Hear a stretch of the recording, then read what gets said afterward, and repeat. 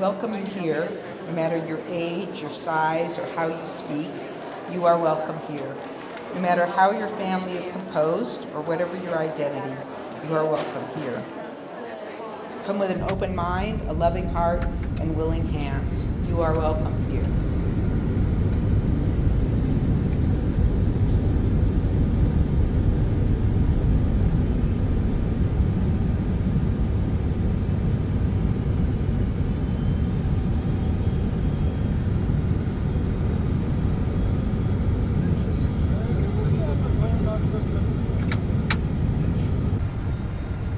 Inevitably, there are going to be some criticisms of the Israeli government and their laws. This is in no way a criticism of any religion, of any people, of any culture. It's a criticism of a government that I kind of frequently do of our own government, but maybe some of you do too. So I just wanted to let you know that no hate speech here.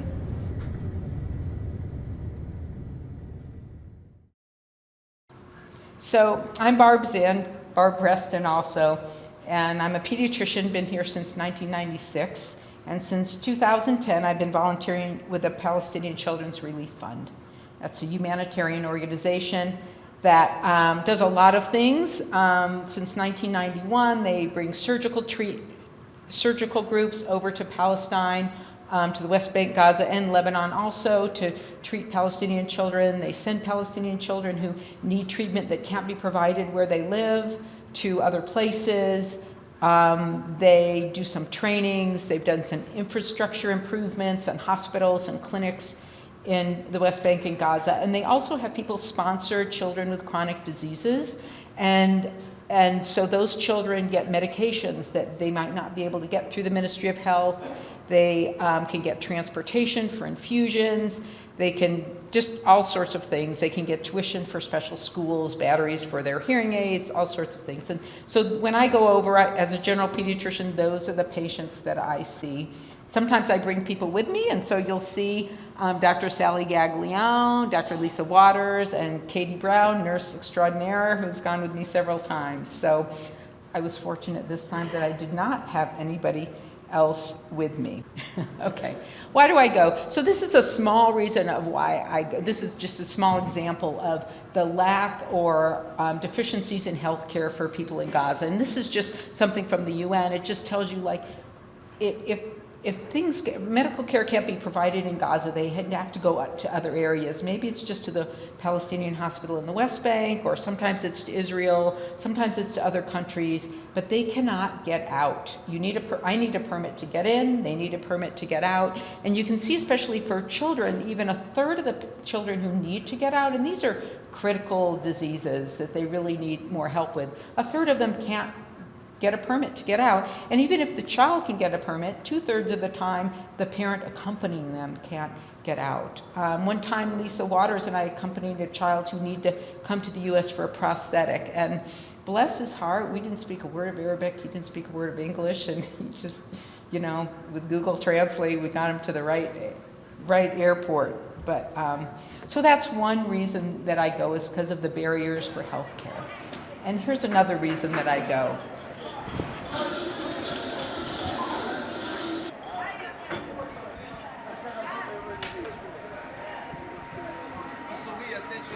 I go for the culture. I love that noise. I love that chaos.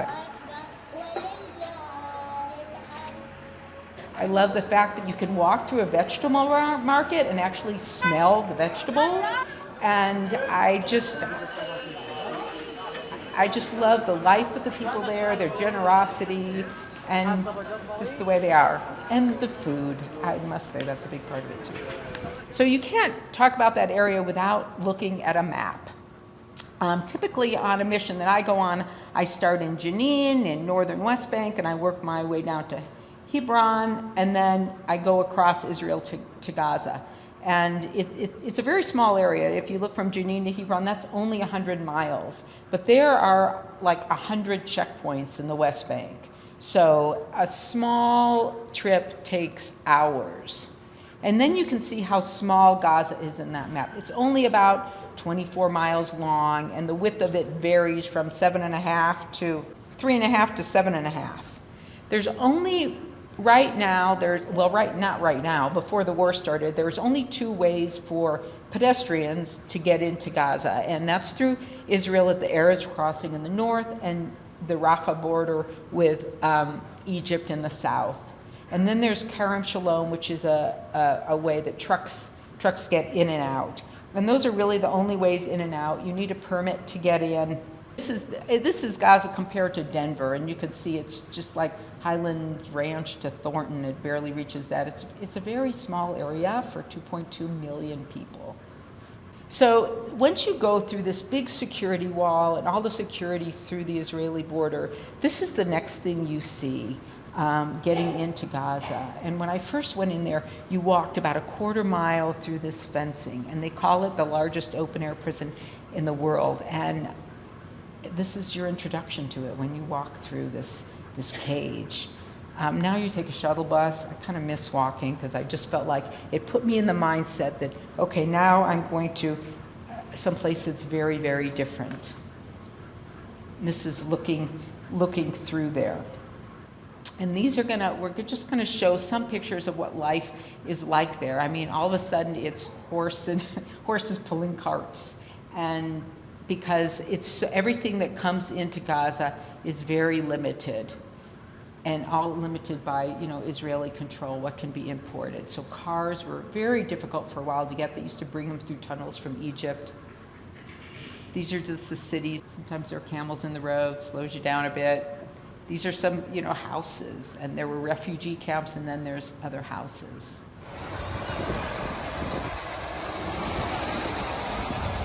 As those supply trucks came in with aid, there was really, the fuel was cut off to Gaza. And so sometimes the trucks wouldn't go right into Gaza. They would just go past the border and get in. And then other vehicles would have to transport that aid to different parts of Gaza. And sometimes they would have to use these horses and carts because there was no fuel to supply the trucks that were in Gaza to take them.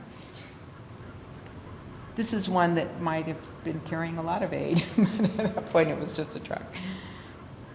So it's on the Mediterranean, and there is a beach. I'm just going to talk about, in the good times, what life is like there, and some of the frustrations. And some of it is just fishing. So literally international laws that you can fish out 24 nautical miles from your shore. But that is limited in Gaza by the Israelis. So you can, it depends. Some parts of the shore it's 5 nautical miles, sometimes it's 12. They're limited as far as they can get out. If they go out too far, their boat might be confiscated, they might be arrested. Sometimes if they're not out too far, they might be arrested and their boat confiscated. So it's even a dangerous thing to be a fisherman there. And this is just to remind me about agriculture. So they have pretty fertile land there, and they do export some, they make the best strawberries. They export some agricultural goods. So in one year, like 2022, they exported about 176 truckloads of fruits and vegetables. Sometimes they're held at the border and they might rot while they're waiting. Sometimes they get through. In the next year, that was 2021, 2022, and the next year there is according to Jewish law, it was a year that in Israel they left their farms fallow. In that year, with that potential, Gaza exported 1,000 truckloads of vegetables and fruits. So they have the potential, they can grow it, but they are not allowed to export it every year. So medical care, this is one of the little girls that I see. She has a bad skin disease, but she's wearing this beautiful embroidered Palestinian dress. So medical care in Gaza and the West Bank is operated by the Ministry of Health, and also the UN, or UNRWA, UN Refugee Works Association, has some clinics also. So they are limited in Gaza. Israel limits which medications can come in and out. Sometimes they're out of supply. So I help look at these patients and see what we can do to improve their care, if we can give them money to buy medications that they might not be able to get through the Ministry of Health, or get other treatments and things like that. PCRF sponsored 2 oncology units. The one in Gaza they built, it was just completed a few years ago, and it was just beautiful. It's destroyed now, but they were importing chemotherapy for those children. But just to give you an idea of some of the barriers, if they took a biopsy on a child with cancer to send to a specialty pathologist, that biopsy would have to get a permit to leave Gaza to go to Israel. And then you have to get a permit for the person carrying the biopsy to the other facility. So there were a lot of barriers to healthcare. There's about 36 hospitals in Gaza, but this is Al-Shifa Hospital, which is one that we've heard of a lot in the news, and this is their newborn intensive care unit. I'm sure you heard in the news about all those babies in the neonatal ICU who had to be transported because the mother-baby unit, which is fairly new, I mean, this is really an up-to-date NICU. And but they were about 2 blocks from the General Al-Shifa Surgical Hospital, and so in general, when a newborn needed surgery, they would take them by ambulance over there. That's the safest way to take a neonate 2 blocks. But in this case, they hand carried those babies so they could keep them warm because, as you know, fuel was cut off within the first few days of the war. They're used to fuel. They're used to electric blackouts. Hospitals have generators, hospitals store fuel. And when I first got there before the war, they had their rolling blackouts, and at that time it was 4 hours on, 4 hours off. So people had solar. People were used to having every 8 hours, only half of those hours electricity.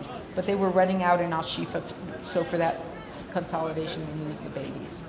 Now you can also see that there's 2 babies in this warmer. So as modern and as great as this newborn intensive care unit was, it was still not enough for the population. So they had to double up. That increased their infection rate.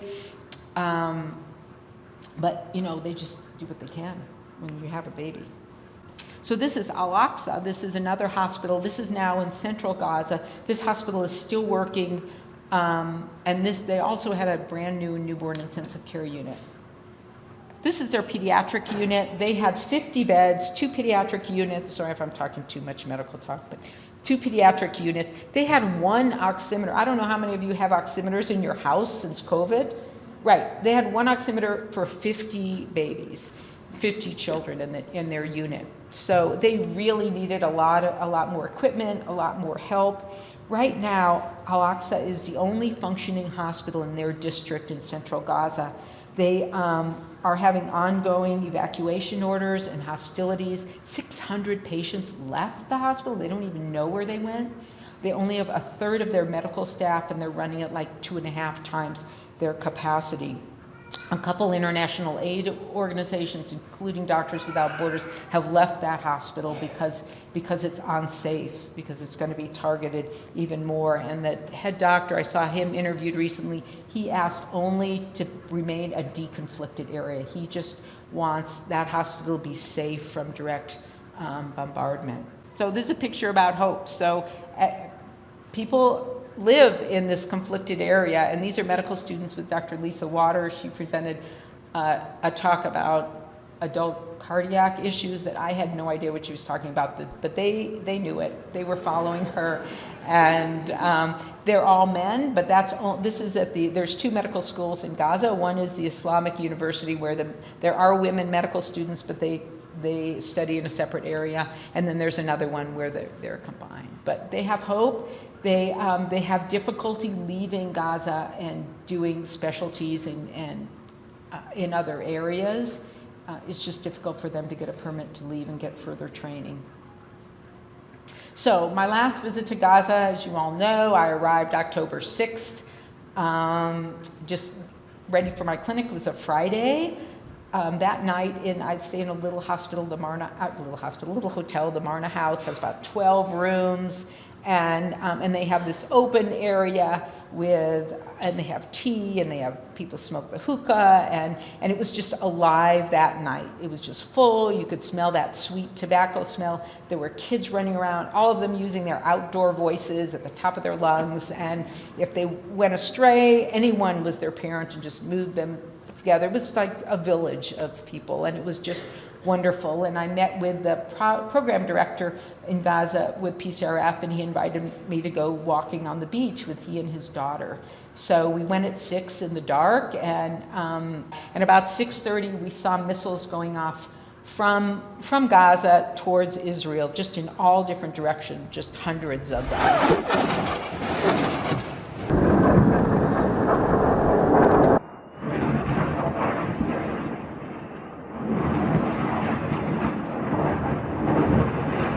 And that's when the war started. This is my hotel room.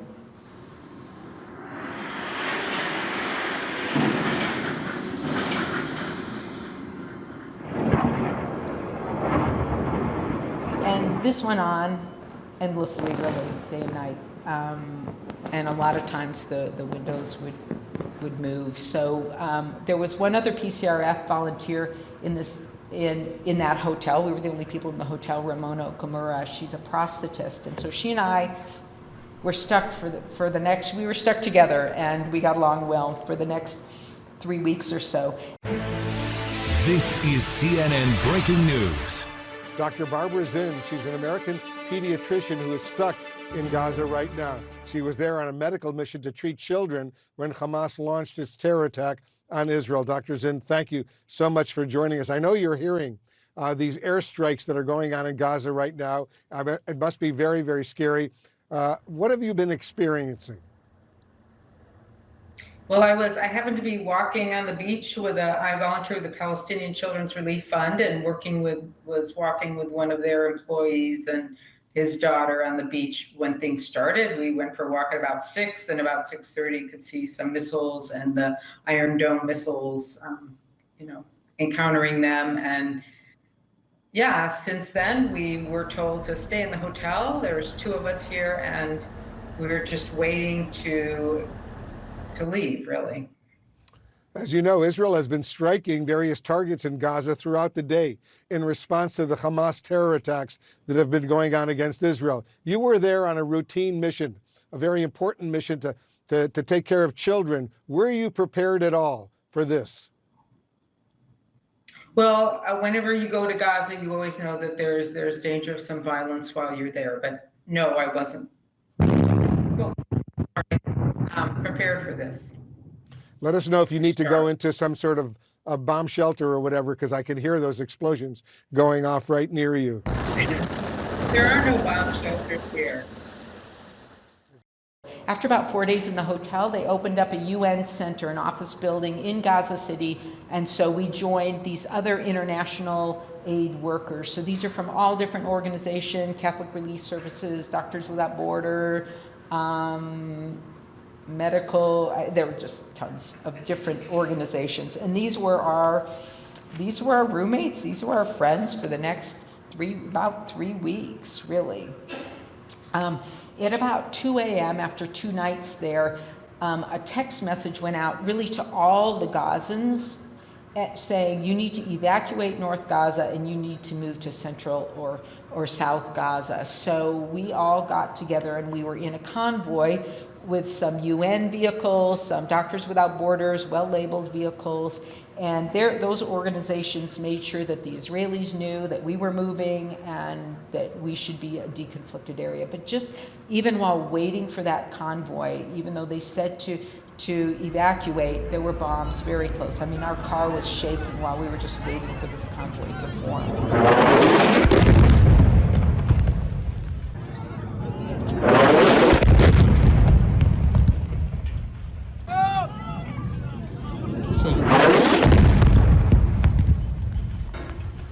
So then we went to another UN facility, a vocational school, and it was crazy. There were thousands of people coming in.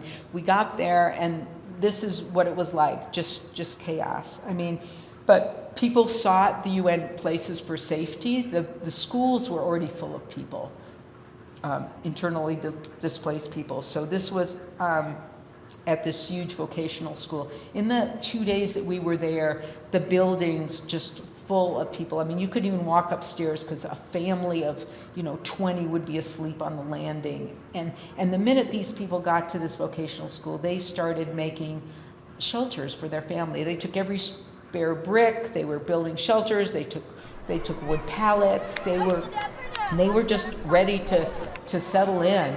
There was no food available there. You would have to go outside to get food. But in a couple of days, there were coffee shops just sprung up and little places where you could get chips and snacks. They were used to this. We stayed there 2 nights, and then we moved to another place. So this is before the war, and this is a UN logistics center. So those are all warehouses, all those white things. You see that little bit in blue that I kind of shaded in? That's the parking lot where we lived for the next 2.5 weeks with that group that was in the other area. So this is, it's hard to say, but this is from the Washington Post, but you can see just the 30,000 people moved into that area. Those warehouses were emptied out of all the goods they had, and people were in there, and they could barely breathe now. I mean, there's so many people in that area. They had some food to give out, so they would give out a pita bread and a can of meat, and be a half a can per person, and then by the time we left, it was a quarter can per person. They just were so limited in what they could do. So I'm going to tell you about us and about the area around us. So we were in our cloistered little parking lot, and then there were all these people near the warehouses, and one of them was Hassan, one of the financial workers for PCRF, Palestinian Children's Relief Fund. I'm just going to call it PCRF now. And so he would tell us what was going on outside our little confines. So water, PCRF had some tanks, and we got one of them, and then we had a big tank above our toilet. We were 50 people, and we shared one toilet, and there was one sink to wash your hands in and dishes. And so we would get a truck come and fill up these water tanks. We also had a lot of reserve bottled water. Once a day, and for a few days, it was even twice a day. We had trouble, keeping that water, not flushing the toilet too much, not washing our hands too much, though you want to wash your hands. And by the time we left after that 2.5 weeks, it was coming more every 24 to 36 hours. It was not fully complete filling up our water. So we were limited with water. But out in the general area where Hassan lived with his 8 children and 150 close relatives, because he has 18 siblings, their toilet was like several hundred people per toilet, and sometimes those weren't functional. They had a hose with the brackish water, and sometimes that was all their water, and sometimes they got clean water. There's no surface water in Gaza. There's no lakes or rivers or streams. They have an aquifer underneath, but it's been so used by both Israel and Gaza that it just has salty, brackish water in it. And so really, they get their water from 3 big pipes that come from Israel. In the beginning of the war, Israel shut off 2 of those pipes in North and Central Gaza, and only allowed 80% of the normal flow into the South Gaza, and that is the only potable water in Gaza. So obviously that is not enough. Now they've opened up the middle and the South Gaza pipes for water, but still there's no potable water in North Gaza, and there are still people living there. We made a little shower area. Shower meaning you got a little liter of water, and then take a shower with a liter of water, and wash my hair and everything, and wash a shirt at the same time. And then the other one was for our laundry. And that was when there was more water. We'd get that filled up with water when the truck came. But later, there wasn't enough water to do that. So food, we were lucky. We were humanitarian aid organizations. Our organization could pay stores electronically or restaurants electronically, so we had food brought in the beginning. After a while, you don't want to buy restaurant food because no one's had any power, so you don't know how they're refrigerating that food. So we would just get canned food and things. Near the end of our stay here, we had a logistician who took an Excel spreadsheet and wrote down all the food we had and figured out for 50 of us, we only had food for 2 days at 800 calories per person, and some of these guys were pretty big and strappy. We were able at that time to send a driver out who had to drive all the way to Gaza City, which was pretty dangerous, and he got enough food for another week for us, but said that those stores are going to be out of food in the next week, and that's the end of October. So I have no idea how people are really surviving on food that they have. So people ask, what did we do when we were there? We had electricity. We were able to, charge up things. And there was a little shady corner. And those people in the bottom right these were people from all over. These Africans, Asians, Europeans, from all over. So it was a really interesting group, a really mixed group. And so I would hang out in the corner with these guys. There was a short time when we actually had Wi-Fi, but there were many times when our phone service, all telecommunications went out. And that still happens. It goes out, comes on. For me, it was difficult. I couldn't communicate with my family, but I can't imagine. I knew my family was safe. Maybe they didn't know I was safe, but for these families that still had family members in other parts of Gaza, it was just devastating that they didn't know if that person was still alive in North Gaza and other areas. If I were in your shoes, I would be in a panic right now. How do you maintain that sense of? Well, I'm fortunate to be an American, right? So I feel like I, have the country on my side to get out, and I really am in a safe place. Before this, we were in a hotel that was very safe. There were a lot of explosions pretty close by, but I would just kind of stay in a safe place and stay away from windows and follow directions that I had. I learned a little bit of Arabic too. Our last day in Rafah was in Rafah City. This is the view from our, just the view of the street that we were on. And switch it. This is where I slept on the floor then. Mostly I slept outside on a cushion. I'm a pretty good sleeper. I can sleep through bombs as long as they don't shake the ground. Under a street light. I'm a good sleeper. So these are some kids, Bedouin kids in the West Bank. I love this picture, so I put it up. But it's not even congruous with what I'm going to talk about. So since I left, what is it like? So first of all, things that I felt safe with. I felt safe riding in a convoy with a UN label truck and a Doctors Without Borders MSF truck. And they had called, the IDF and let them know we were going. But that's not safe anymore. The IDF has shot at Doctors Without Borders labeled vehicles. There, a bomb went in an apartment or a facility that was housing 100 staff members and killed a 4-year-old. And those are clearly deconflicted areas. Doctors Without Borders tries to be so safe. And so when their people are dying and being shot at, then it's nothing. Nothing is safe. I felt safe in UN facilities, but I wouldn't feel safe there now.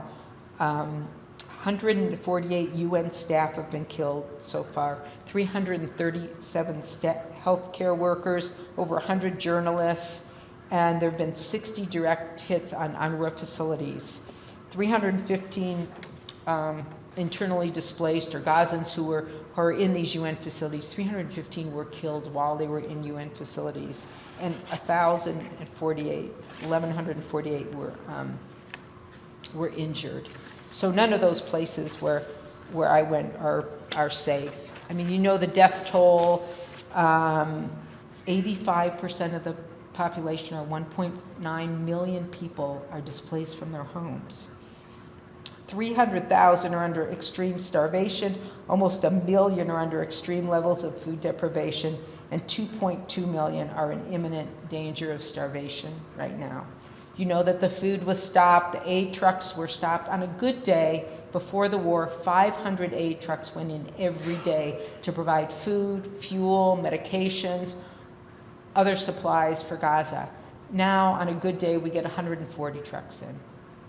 So that's been just devastating for people there. And 2/3 of the hospitals are not functioning.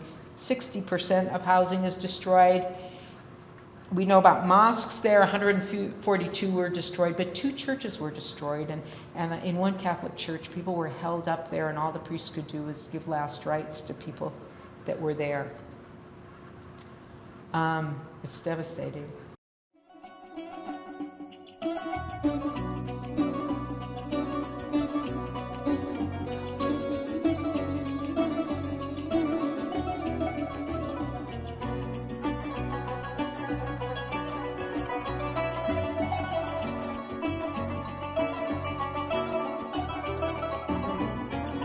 ميل على بلدي لتشوف كيف البحر بيضحك لتشم تراب بلادي.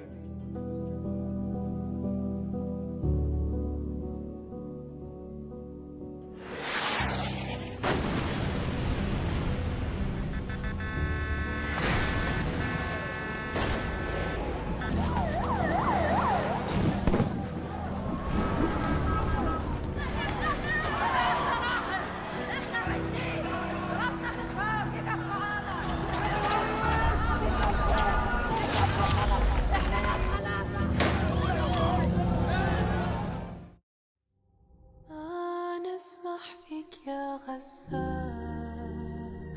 مالك ليه علي بعيدة يا رفح ورام الله أمتنا راها مريضة يا زينة البلدان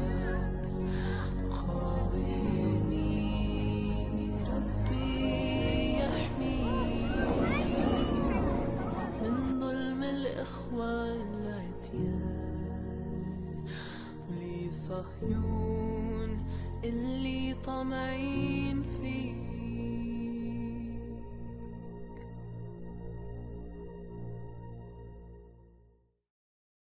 These are the most resilient people I've ever seen.